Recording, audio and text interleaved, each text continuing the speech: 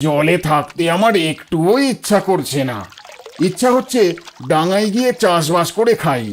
তা ইচ্ছা যখন হচ্ছে তখন চলে এসো, একসাথে চাষবাস করে খাবো। ধন্যবাদ ধন্যবাদ ধন্যবাদ। আরে এত ধন্যবাদ দেওয়ার কি আছে? না না, তুমি এক কথায় রাজি হয়ে যাবে আমি তো ভাবতেই পারিনি। চলো চলো যাই।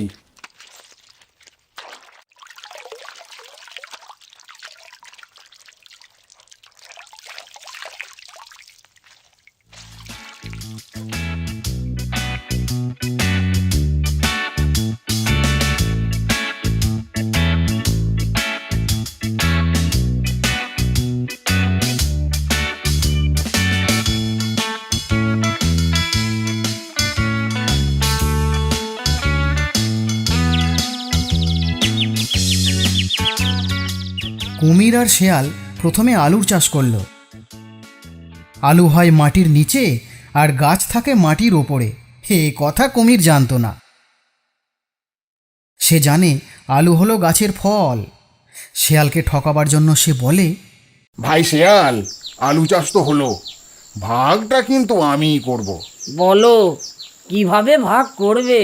তুমি যা বলবে তাই হবে। গাছের আগার দিকটা আমার আর গোড়ার দিকটা তোমার। আচ্ছা তাই হবে। এরপর যখন আলু গাছ বড় হলো, কুমির গাছের আগা কেটে নিয়ে বাড়ি গেল।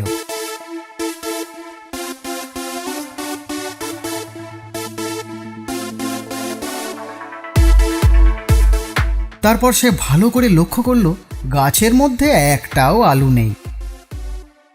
আরে, এখানে তো একটাও আলু নেই, ব্যাপারটা কি হলো? শেয়াল বেটা কি করছে দেখে আসি।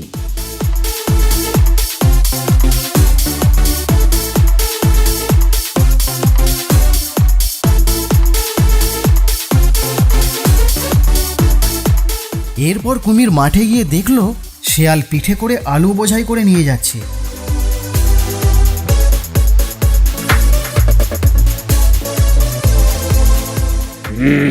এবারে খুব ঠকে গেলাম রে, কি আর করা যাবে, আসছে এবার দেখবো, দাঁড়া।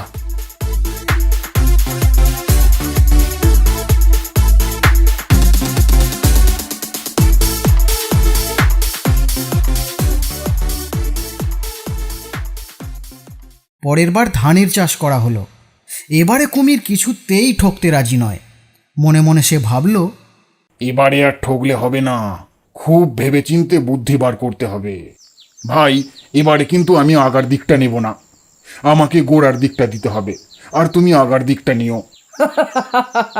আচ্ছা তাই হবে। এখন ধান গাছ বড় হয়ে ধান পেকে গেছে।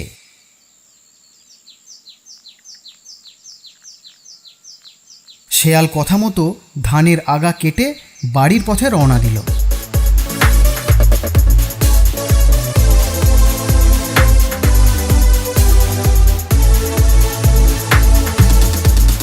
কুমির তো খুব খুশি। সেও ধান গাছের গোড়া মাটি থেকে তুলে দেখল সেখানে কিছুই নেই। যা, আবার ঠকলাম, এই শেয়াল তো মহা বজ্জাত। এবারে কিন্তু গাছের আগা না নিয়ে আমি ছাড়বো না। এবার কে কাকে ঠকাই আমি দেখব, গাছের আগা আমি নেব। এবারে আখের চাষ করা হয়েছে। আখ বড় হতেই কুমির তার ভাগ বুঝে নিল। গাছের আগা কেটে নিয়ে বাড়ির দিকে চলল।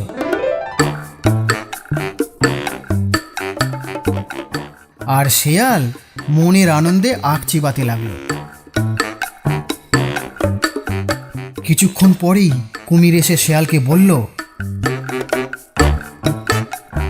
তোমার সাথে আমি আর চাষ করব না, তুমি খুব ঠকাও, আমি তোমাকে চিনে ফেলেছি ভাই। তুমি থাকো তোমার চাষ নিয়ে, আমি চললাম।